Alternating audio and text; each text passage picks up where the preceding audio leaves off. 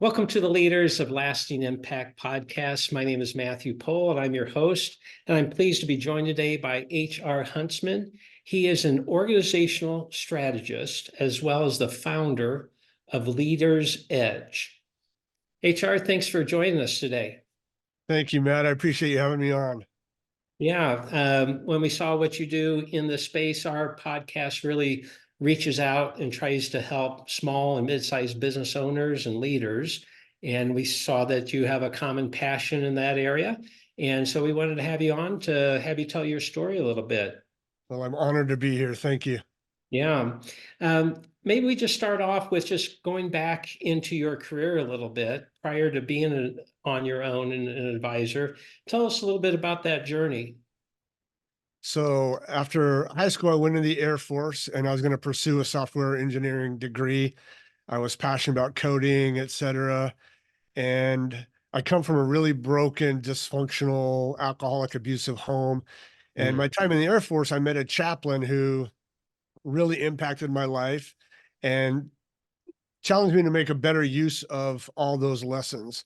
So at age 28, back when I knew everything, I started my first company, and Okay. it was a nonprofit foundation. And as sappy as it sounds, Matt, I wanted to change the world. I wanted to make a difference. So Okay.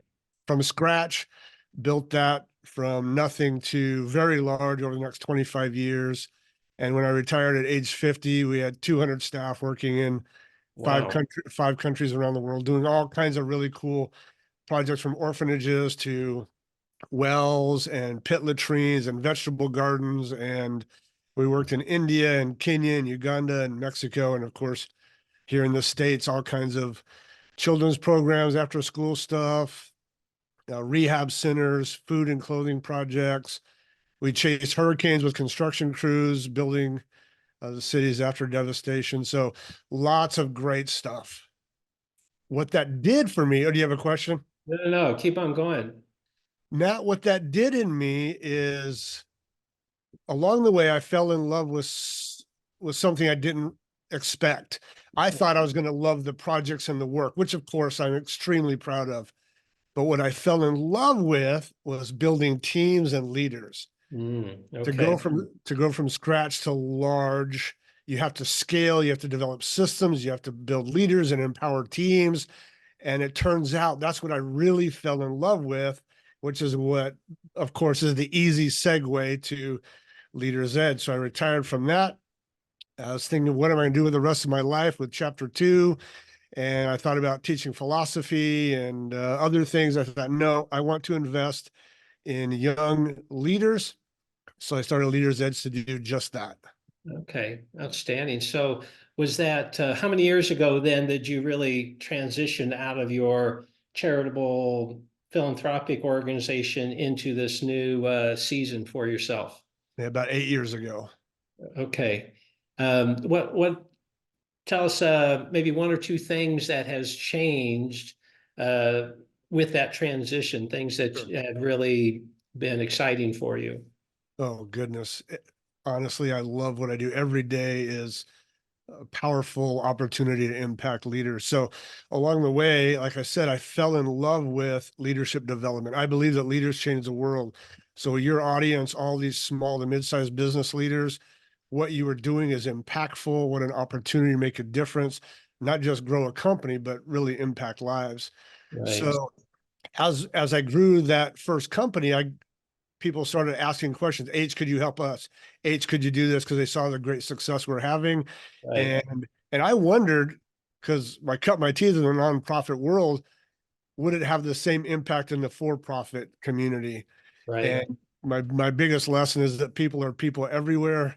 And if you can develop systems and a great culture and great leadership, it doesn't matter what your business is, you can do great things. Okay, that's cool. Um, with this transition, do you are there certain kinds of organizations? Do you still do a good amount with nonprofits, or is a lot of your clientele made up of for-profit, certain industry types, sizes of businesses, that, et cetera? It's vastly for profit. 95% of the leaders that come and ask for our help are for profit. I still do help some not-for-profit people because I know how challenging that is to do. Right. But no, the vast majority of our work are for profit, anywhere from 10 million to $100 million annual revenue, all industries, goodness, all across the construction, Okay. legal, lots of different law firms, lots of different medical practices, marketing, you name it, manufacturing, industrial, we work with all those teams. Okay. Are there certain kind of challenges that you or pains that these clients are experiencing that they say, "Hey, HR, it seems like you can help us," and you say, "Oh, that's a good fit. Yeah, I can help you." Absolutely. So basically, two organizations reach out to us. They are rapidly growing and Okay. need systems and structure, infrastructure, scalability platforms. They have no documented strategy. They have passion and vision and energy and youth, but no skeletal structure to scale. They Right. ask for our help. The other organization asked for our help. They've plateaued. They've hit some sort of ceiling, and that ceiling usually begins what John Maxwell called the law of the lid. The leader usually hasn't multiplied him or herself and empowered others, so they've hit this glass ceiling, and so they call us in and ask us to help them break through those. Okay. When it comes to actually assisting those organizations who are either growing rapidly or have hit that lid, as you described, um, what kind of tools, methodologies, material, structures are Sure. you bringing? Is this these things that you learned at your nonprofit or other sources? Well, I've been doing this for 30 years, so I've learned a lot of different things, principles and approaches that really work. So we created our own system, the Leader's Edge Performance Engine is what we call it. And the ENGINE stands for the 6 different systems of any business, doesn't matter what your industry is. And we go in and do deep dives into all those 6 systems: foundation, team building, strategy, accountability, uh, efficiency, and the financial piece. And for each one of those, we do deep dives with the leadership team, the executive team, sometimes all the departmental teams, and do deep dives into all 6 of those, highlight the problems, restructure, reformat, create from scratch, uh, then help them build those out, scale those, document those, and give them something they can work with in the future. Okay. And is it just yourself or do you have a team of employees and or other professionals that you bring to the table? Yeah, we have a small team. I'm a surgical team now. To be honest, I don't want to have a staff of 200 anymore. So we have a small surgical team of 6 people. We have associate coaches that come in and help with these workshops in different cities. Okay, cool. Um, One of the things that we find valuable to our audience is just being able to tell stories, instead of just a theoretical, Sure. here's the practical boots on the ground kind of stuff, which is what it sounds like you do a lot of. A lot. I was wondering if you could share maybe 2 stories of Sure. where your organization was helping specifically a small or mid-sized business, um, and had a lasting impact, that you changed the trajectory of that organization. Sure. That's a great question. Let's start with, I won't give the name of the company, but it's the largest paralegal firm in Washington State.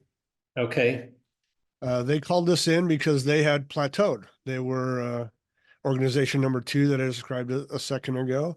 right, And the leader is a good man, good hard worker. He's a grinder. He spent most of his time in his office doing the day-to-day work of the job. He was an employee of his own firm.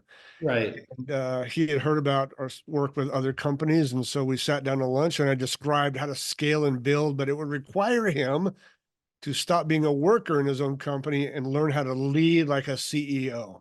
right, And that meant better systems, better communication. They didn't have any meetings at the time. Everyone just came to work and went to work. right, They didn't have any meetings. They didn't report on anything. Nobody had KPIs. I mean, there's no structure whatsoever.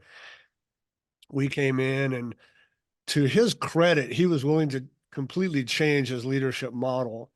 And so we began doing all the things I described, building systems and reporting structures and having better meetings and accountability metrics, marketing strategy. And as you would expect with good implementation, they have skyrocketed in growth. In the last 4.5 years, they've grown by 300%. Okay. So enormous growth, both in the size of their team and their revenue. What I'm most proud of for this company is this right here. Yeah. I saw they had no leadership structure under the key leaders. And so we worked really hard with them to develop what, in their case, we call the bullpen. So all these emerging young leaders, all in their 20s and 30s and some in their 40s, now they have a team of 14 departmental leaders spread across their entire organization, and they are just recreating leadership. They've become a leadership organization that does legal work. I'm really, really proud of them, and I'm proud of the work we did with them. That's story number one. Yeah, no, that's great. Yeah, just and I'm sure that CEO who came to you has had to transition to kind of a totally different person as far as who Completely, shows up at work, right? completely different person. The way he works in the office, he's far more connected now. He has far more time freedom. He probably spends 5 months out of the year in his new house in Mexico that he Okay. bought. So he's able to get out of the daily fires and the daily work, which is what many owners and leaders say when they come to me, like, H, I'm putting out fires every day. Yeah. His entire life has radically changed. Wow, that's great. Okay, how about one more? Yeah, let me tell you, happens to be another David, as a matter of fact, but a completely different situation. This David was it's one of the largest heating and cooling companies here in our area, completely burned out, Right. absolutely burned out. Good leader, good with systems and finances, really detailed in all those things. But like many of the leaders that come to us, wasn't good at leadership development. That whole leadership infrastructure was missing. Mm-hmm. Burned out, fried. He came to me with a letter of intent from someone to purchase his company. Mm. And he was going to be able to put $1 million net in his pocket. He comes to me, and again, he had heard of work in the area that we had done. And he says, H, I've heard about what you do. I have a buyer on the table, but I feel like there's something I'm missing. I'm not sure it's time for me to quit yet. So Okay. we looked at all the numbers. I asked him about his dreams, like what does he really want to do? And he had no exit strategy whatsoever. I mean, he's going to make $1 million, but if you're going to start another company, that's not a lot of money. Yeah, yeah. I said, David, it'd be a mistake to sell now. I believe we can turn this thing around, and we can make that million back to you many times over if you'll follow my lead. He did. Similar story after that. Put in the infrastructure systems. We completely reworked their marketing strategy, their entire leadership. Again, no leaders. There are no departmental leaders. We are huge at creating leaders that support the organization. Went in and build out. Now he has 4 departmental leaders over all the 4 of the main components of the company, and company took off. I think they're about 250% larger than when we just met them a few years ago. And same with him, far more vacations, brand new couple $1 million home, spending more time with his family, and time freedom and family freedom are a big thing for me Yeah. to Yeah. give people that back. So there's a couple of stories for you. I have many more, but Yeah, no, those are excellent because those are, you're right. I mean, there's two parts of that, the financial freedom, but yeah, that personal freedom is what I don't know what the percentage is, but a high percent of business owners don't have, right? They don't have either. right. And to be able to deliver both of those is well, it's transformational, really. So, Absolutely. And those, Matt, those come from my failures and mistakes as a young leader. uh-huh. High achiever, high octane. I burned myself to the ground in my early 40s. I just Hmm. constantly go, go, go. I have the scar tissue from that. And I teach now. I'm able to teach from not just any trophies I have of successes, but from a lot of the valleys I walk through. And I'm able to take some of those painful lessons and really help some of these young leaders build something where they're not doing that. They're spending more time with their family, more vacations, everything they wanted when they started the company in the first place. Right. We're able to help give that back to them. Yeah, what I find amazing with those kind of transformational stories is it's still the same business, it's still the same leader, it's many of the same people are still there, That's right. but it's totally different, right? And Totally it's like different. a lot of those ingredients were there. They're doing a lot of things right, but there's just some gaps or some elements that are missing that need to be infused. Leadership and Yeah. leadership development sounds like that's a big one in those two organizations.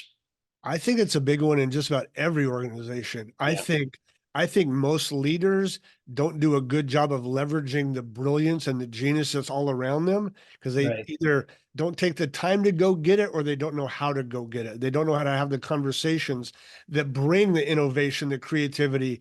People want to be involved in their own success. They want to participate in their own success. right. Teaching leaders how to develop that is a core foundation of what we do. Yeah, okay. Yeah, that's excellent. And yeah, I guess that's my other observation is the business leaders and owners we work with, it's not that they won't do what they need to do. In more cases than not, they don't know what they need to do. And once you can draw a picture of what they need to do, and there's some specificity to that, they'll put their shoulder behind it. They will work hard to make that happen. But it's more this in a pure sense, ignorance and not knowing, Uh-huh. not being able to see what needs to get done that really is holding them back to getting to that next level. Yeah. I use that famous metaphor a lot between time telling and clock building. They're so busy time telling every day, they either don't know how or they don't take the time to build the clock. Okay. Doing the micromanaging, they're putting out the fires, answering the questions, solving the problems. They're telling the time, but they're not clock building. So we go in and help them build a clock. Okay. Okay, good. If you had the opportunity, you were sitting across the table with a business owner, and you had maybe one piece of wisdom that you think would be universally valuable, what might be that from your years of experience? Yeah, that's pretty easy actually. Uh, Spend more time in creative conflict. Gather your key leaders, your thinkers, your influencers, get around tables and develop the capacity and the willingness to have creative conflict. And that drives innovation, that drives trust, it drives commitment. Be willing to close your mouth, ask good questions, listen really well, get ideas from other people, be willing to be wrong, be willing to be challenged. If leaders could engage in far more creative conflict, they could repair their system, fix their marketing, all the things that may need some work, gather the brightest people in your organization, take the time out and have creative conflict.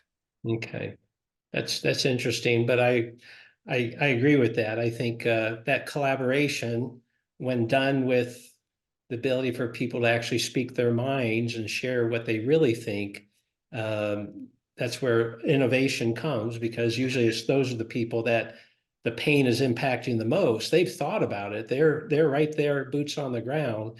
That's right. So they're typically the first to see solutions. So yeah, that's an interesting piece of advice. So okay, well, our time's gone really quickly. The Wow. conversation has been great, HR, Fantastic. and just want to thank you again for sharing some of your background and how you help small and mid-sized businesses.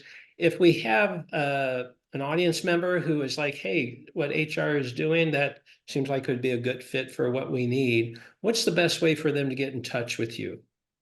So you can look me up on LinkedIn there. You can go to our website, yourleadersedge.com. The easiest and fastest way is just email me. My personal email is hr@yourleadersedge.com. I'd love to chat with any of them. Okay, well, that's great. Again, that's HR at yourleadersedge.com. And we'll put that in the podcast notes so people can reach out to you. And I'd encourage you to do so. So thanks, HR, for being our guest. And I just want to thank all of our audience. We appreciate you listening in and just hearing about how business advisors are using their unique talents and experience to really have a lasting impact on businesses, small and mid-sized businesses. The reality is none of us can know everything. And so we need to leverage other experts, other sets of wisdom and experience and principles to really allow our businesses to reach the potential that they have, like some of these transformative stories that HR shared. So I'd encourage you to consider not trying to just do it on your own, but asking for help if help is something that could benefit you. So join us next time for our next episode, and I appreciate you for joining in today. Thanks.